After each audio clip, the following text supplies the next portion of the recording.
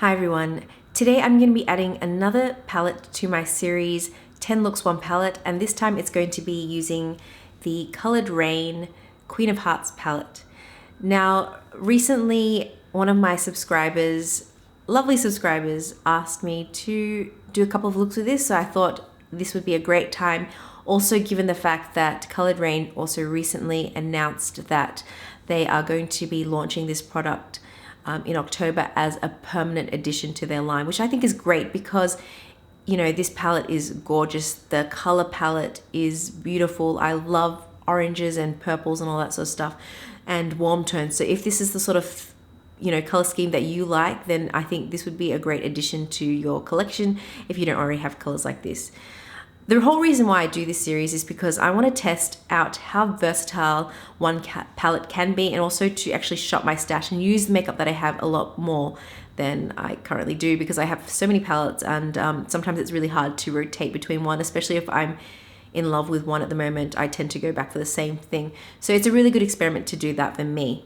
I'm also going to be splitting this up into 2 parts, just because generally these take a lot of time to do. The first part being the more wearable looks that can come out of this palette, which is this part, and then the second part, more dramatic looks that come out of it. So if you want to see the looks that I've created with this palette, then just keep watching. The first look is a very quick and easy smoky eye. If you're like me and don't spend a lot of time in the morning getting ready, I think it's a good option. So before we get started, I'm going in with my Concrete Minerals Electric Eye Primer. This is one of my favorite eyeshadow primers because it is quite affordable, and it also keeps my eyeshadows from moving around as well as creasing because I have quite textural eyelids. So first I'm going in with Air, which is a matte peachy cream shade, and it's basically my skin tone but maybe a little bit darker, so I think this acts as a really nice base to layer all the eyeshadows on top, and I'm using my Suqqu eyeshadow brush here. Next, I'm adding the shade Princess, and this is a really pretty rosy pink shade, and I'm adding it towards the outer V as well as in towards the crease, using again one of my favorite brushes from Suqqu. It's got a tapered edge, so I can get a little bit more precision than just a normal shader brush. And I'm just going in really roughly here. It doesn't have to be perfect, and you don't have to be such a perfectionist with it because you can blend it out, which I'm doing here. Just cleaning up any rough edges so it looks a little bit more seamless. I'm also going to deepen my outer V using this beautiful chocolate warm brown shade, and it is called Duchess. It's matte as well, so this whole look is pretty much matte. And I'm using a really detailed blending brush just so I can get into the areas that I need. And again, blending, blending, blending so that I'm erasing any harsh edges.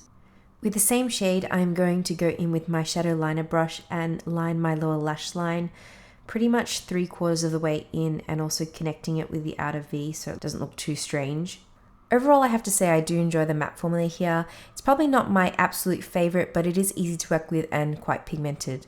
I also haven't noticed any fallout, which is great. Then I'm going in with this very prickly brush. It's actually a Wayne Goss eyebrow brush. I probably should have used the same brush as I was using before, as it would have been a lot more pleasant on my skin. But anyway, I'm going in and lining my upper lash line with brown. I thought I would skip black liner because I wanted to keep this look quite soft.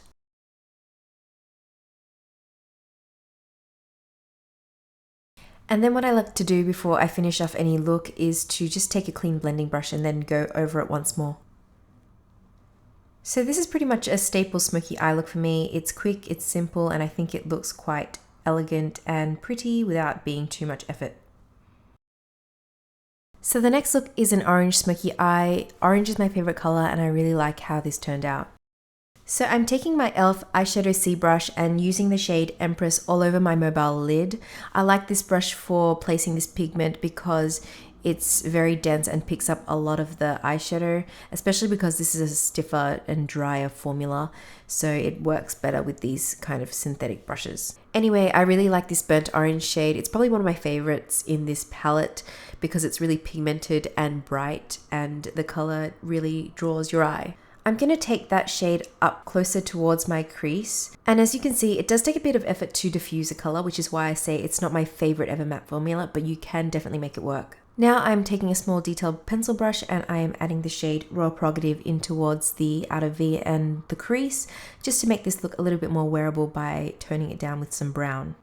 So right now it looks kind of blocky, so I'm going to be blending it out with a fluffy brush, although with a bit of experimentation, this does blend out better with a rounded, more dense blending brush. Just a disclaimer, I do get dry patches on my eyelids in winter, so blending out eyeshadow can be sometimes a pain in the ass. Next, I'm taking the shade Air and I'm placing that above the crease and just below my brow bone, just to blend it all out a bit and brighten up that area. I'm going back in with Royal Prerogative as I want to deepen the crease and give it a bit more intensity. And as you can see, I do like blending out in between shades. Next, I'm going to line my lower lash line because I'll be honest, I feel like if I don't have eyeshadow there, it feels quite naked. So I'm taking the shade Duchess and I'm using a shadow liner brush just to line about 3/4 of the way in. And again, I think this shade works well with the orange. I think it really complements it and makes it look a bit more subtle. And before I finish off this look, I'm going to go in with my blending brush again.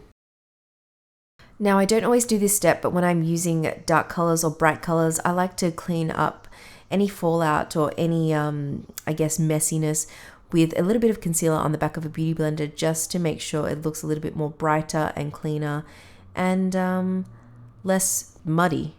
I also wanted to line my eyes, but I am going to use a brown gel liner instead of black, which I usually use because, again, I wanted to keep this look very earthy, very wearable, just to prove that orange can look really wearable if you're pairing it with things like brown and taupes and all that sort of stuff. It can make pretty much any bright eyeshadow look a lot less scary and daunting. So I think this works really well to do that. I am going to wing it out slightly, but not overly dramatic because I seem to be having a little bit of trouble doing it anyway, so let's just keep it simple. So this is the finished look. I think it's a nice little way to inject color, especially if you're afraid of wearing bright eyeshadows. So I'm stepping up the drama a little bit and using this berry shade in here because it is stunning. So because I'm planning on using a bright color on my lower lash line, I'm going to keep everything on my eyelid fairly neutral. So I'm going in with Royal Prerogative on the outer V as well as in towards my crease using a fluffy flat lay brush, and I'm just working it in. I'm sort of also creating a winged shape because I do plan on putting some winged eyeliner after I do my eyeshadow. And as usual, I'm blending everything as I go along.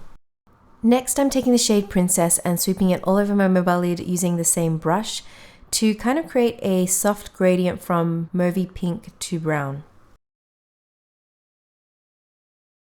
Now I'm going in with this gorgeous purple berry shade using a small eyeshadow brush. This shade is called Ladyship, and when I do touch it, it does feel quite grainy and dry compared to the other mattes. However, it doesn't go patchy at all on my eyes, so I was really happy with the application. This shade does contain carmine, so if you are someone that only goes for vegan products, then just keep in mind that this shade is not vegan. I'm also going to apply it to my outer V and towards the upper lash line.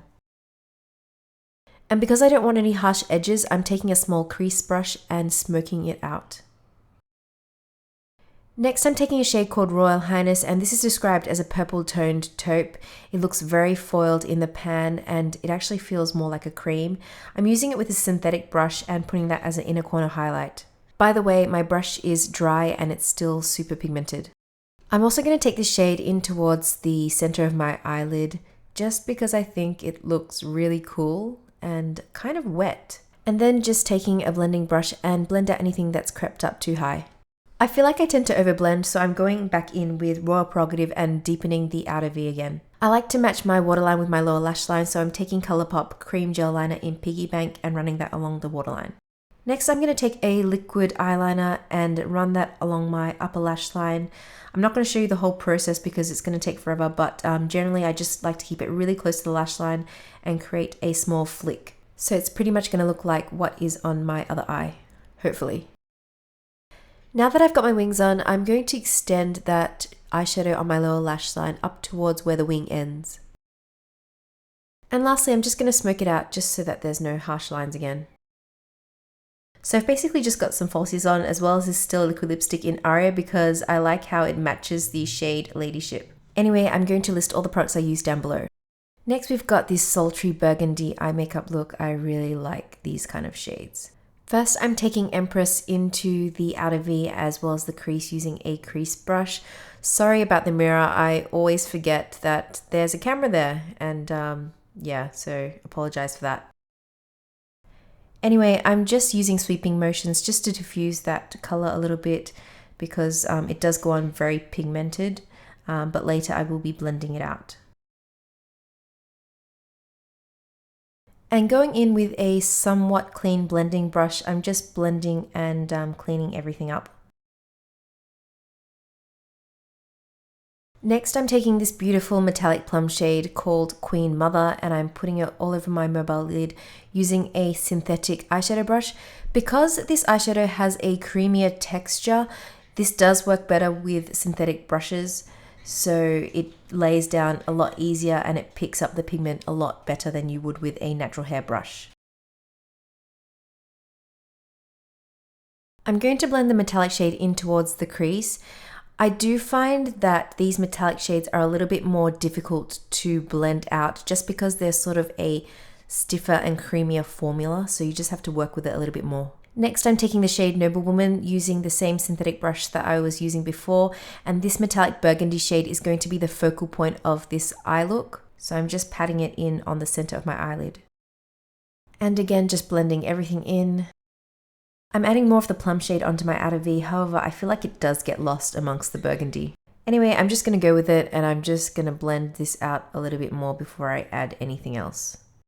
Taking Queen Mother, I'm going to line my lower lash line using a pencil brush from e.l.f. It is one of the oldest brushes in my collection, but it's going 5 years and strong, so I'm going to use that just to line it and connect it with the outer V. There is a little bit of fallout, so you may want to just be careful with this shade and not pick up too much of the pigment. I'm going to take Noblewoman on the same brush and place it on the center of my lower lash line. This is just going to add a bit more dimension. Usually I only take the liner 3/4 of the way in, but because I've decided to make this look a little bit more bold, I'm taking it all the way to the inner corner.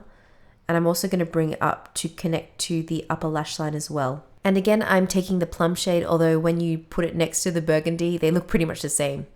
So I wanted to keep everything looking quite fresh despite the bold eyes, which is why I've paired this with a nude lip, a little bit of bronzer, and I've also just skipped the falsies. So those are the 4 looks I've come up with so far. I hope you found that useful and I hope it's given you some ideas on how you could use this palette. I know I haven't used all the shades in here, but I do plan on doing a part 2 with the more dramatic shades and using all the colors in this palette. So anyway, if there is any other palettes that you would like to see in this series, let me know.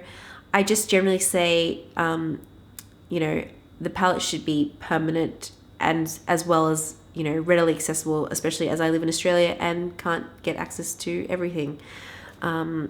So thank you for watching and I will see you next time.